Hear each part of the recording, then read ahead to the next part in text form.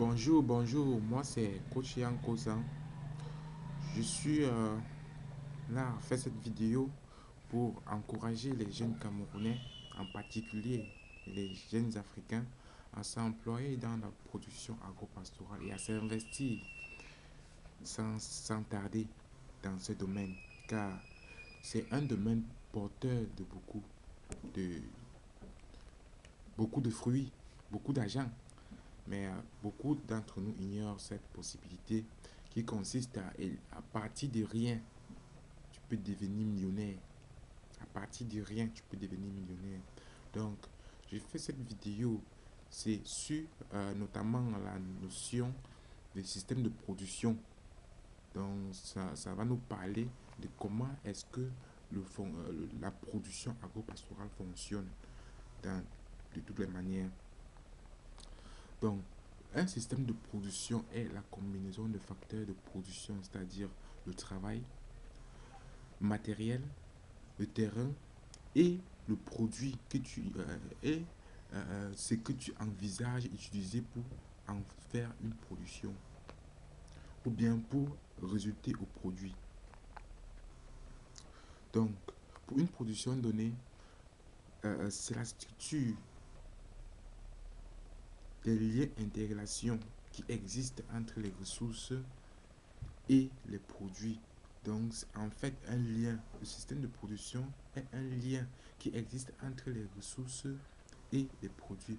Parce que c'est à partir des ressources que tu peux facilement aboutir au produit. Donc, par exemple, si on prend le cas des poules pondeuses, c'est un cas pas très banal mais commode. Si on prend par exemple le cas des poules pondeuses, tu vas voir que quand tu prends les poussins au marché, avant de les élever jusqu'à l'âge de ponte, c'est-à-dire à peu près 4 mois et demi ou 5 mois, dépendant de l'espèce, avec que tu vas maintenant, ils vont maintenant commencer à pondre. Et c'est à partir du moment où ils commencent la ponte que tu vas commencer à faire le commerce des œufs. Et de là, tu pourras commencer à récupérer ce que tu as perdu depuis le début de la production. C'est-à-dire depuis le jour où tu as commencé l'élevage. Donc, c'est en fait pour vous dire que c'est lorsque en ce moment où où les poules commencent à pondre que tu vas commencer à amasser de l'argent sur les œufs, parce que dès qu'ils commencent c'est tous les jours, il n'y a pas de demi-mesure. C'est-à-dire que si par exemple tu as un cheptel d'à peu près 2000, supposons d'à peu près 2000 pour un début, mais tu seras chaque jour à partir du début de la partie, parce que la ponte croît d'environ 5% la première semaine, de 10% la deuxième semaine, de, ça passe à une vitesse très flagrante de, de 15 ou de 10% à 50% la troisième semaine. Donc, dès que les poules commencent à pondre, là, tu constateras que à partir de la troisième ou la quatrième semaine, le pourcentage de ponte sera extrêmement élevé. Et ce qui te permettra au final de d'amasser assez d'argent pour pouvoir couvrir les, les, les, les dépenses que tu as eu à faire au début de ta production. Donc, tu seras capable maintenant de faire ce qu'on appelle le break-even. C'est-à-dire que à la fin, parce que tu vas faire environ une durée, ils vont pondre, les poules vont pondre, pardon, à une durée d'environ 2 ans. Et tu seras à mesure, au cours de ces 2 années, de calculer ce qu'on appelle le break-even. C'est-à-dire, le break-even, c'est une formule qui te permet de savoir si tu as un gain extra par rapport à ce que tu as investi. Donc, par exemple, pour un cheptel de 2000, supposons que tu vas à 9 à 50 francs et que tu produis sur les 2000 poules, tu produis à peu près 1500 ou 1600 œufs par jour. Ça va faire à peu près combien ça va faire à peu près combien de plateaux, combien de cartons que tu vas pouvoir écouler pour en gagner beaucoup plus d'argent par jour. Chaque jour, pendant la durée de 2 ans. Donc, je tiens à vous informer que c'est un domaine qui ne déçoit pas. Donc, si vous avez l'occasion, moi, je peux vous aider du faire que je peux. Bon, du côté des techniques de production, des techniques, des techniques d'élevage, je peux bien vous aider. Donc, vous aurez l'occasion de voir dans mon blog des articles que j'écrirai prochainement sur les techniques, euh, non pas seulement les techniques d'élevage, les techniques de production des œufs, mais aussi sur d'autres produits agricoles comme le cacao, le café et bien d'autres. Donc, la manière de conduire une production est souvent très indépendante de l'existence des autres productions. Donc, nous devons savoir que l'environnement dans lequel nous élevons ou bien nous sommes en train de produire doit avoir toutes les possibilités nécessaires à la facilitation de la production. Tous les avantages nécessaires. Donc, ça veut dire que avant de t'installer, il faut d'abord connaître les avantages internes, les avantages et les inconvénients internes, les avantages et les inconvénients externes, c'est-à-dire internes d'abord, tout ce qui peut nuire, les inconvénients internes, tout ce qui peut nuire à la production, les inconvénients, les avantages internes, tout ce qui peut favoriser une évolution tranquille à ta production. Pour les avantages externes, tout ce qui peut te paraître facile, tout ce qui peut te faciliter la tâche, ou bien par exemple comme les routes, le réseau électrique. Si ton entreprise a besoin d'être ravitaillée en eau, si ton entreprise a besoin d'être ravitaillée en électricité, si tes produits ont besoin d'être évacués tranquillement sans dégâts, bon là, ça va dépendre des mesures que tu pourras prendre lors de ta production. Bon, maintenant, si on s'hasarde à dire que la production fait en sorte que le producteur devient maître de ses produits. Oui, ça, c'est nouveau. Donc, si on voit un peu de plus près, si dans une entreprise, pardon, euh, l'entrepreneur vit, celui qui est le gérant de l'entreprise, vit à même dans l'enceinte de l'entreprise.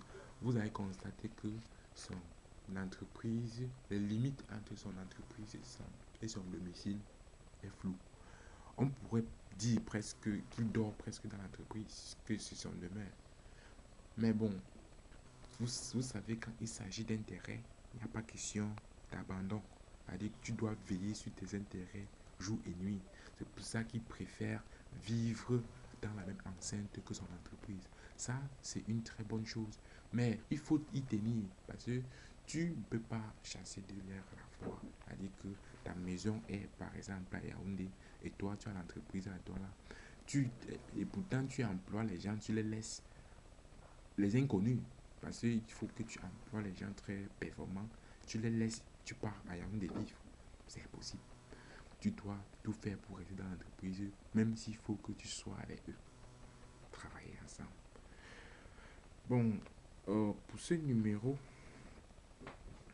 de système de production, je vais faire un tour sur les objectifs, par exemple. Les objectifs, c'est que je vais englober d'une manière générale tout ce que je viens de dire dans trois objectifs, pardon, dans trois objectifs. Donc, premier objectif, il faut assimiler l'importance de la production l'importance des activités de planification et de programmation, c'est-à-dire tu dois veiller à planifier tes activités journalières et du futur, c'est-à-dire du futur, parce qu'il y a des stratégies qu'on doit prendre, il y a des stratégies à court terme, des stratégies à long terme, dépendant de l'entreprise, parce qu'il y a des entreprises qui ont des visions très lointaines, des entreprises qui ont des visions très proches. Bon, pour des entreprises à vision très lointaine, c'est-à-dire qui ont par exemple des rêves ou bien des objectifs fixés à longue date, vous savez, pour aboutir à ces objectifs, il faut d'abord commencer par des objectifs à très courte durée, c'est-à-dire tactiques. Il faut être très tactique. C'est-à-dire, si par exemple, je vais prendre un exemple, si par exemple, je dois produire, si par exemple, je dois produire 5000 œufs dans 3 ans, c'est-à-dire nous sommes nous sommes en 2017, c'est-à-dire à 2020, je dois être capable de produire 5000 œufs. Donc aujourd'hui, je commence à produire à peu près 1500 pour être sûr qu'au moins, au minimum, en 2018 ou en 2019, je serai capable déjà de produire à peu près 3500 pour espérer être à mesure de produire 5000 en 2020. Donc, deuxième objectif, connaître quelques outils d'analyse comme les techniques du budget, c'est-à-dire comment utiliser, comment planifier le budget de production, comment noter, comment calculer tout ce que tu as besoin pour la production, tout ce que tu as besoin de manière journalistique sur ta production pour que ça évolue normalement. Planning. Donc, ça dit aussi le budget d'évaluation, le budget d'évaluation d'investissement. C'est-à-dire, quand tu investis, chaque minute, chaque chose que tu fais, tu dois noter.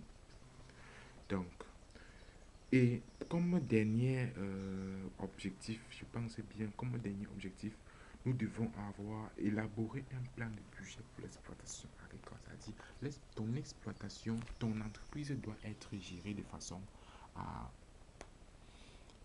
Donc, ça dit, tu as noté tout ce qu'il te faut en bas. Tu as noté et chaque fois que tu entreprends un objectif, tu dois être à mesure de de savoir ce que tu es en train de faire, de pouvoir prendre les décisions adéquates, de pouvoir prendre des mesures nécessaires et des solutions importantes afin de ne pas influencer négativement ta production. Donc, je crois que ce fut un plaisir, et que lors de mon prochain numéro, je vais parler de la production agricole proprement dite, ce qui est un thème de, de, de, de, de pouvoir encourager, les jeunes, encourager mes frères, encourager mes amis à s'investir sans délai dans la production agricole. Merci pour votre aimable attention.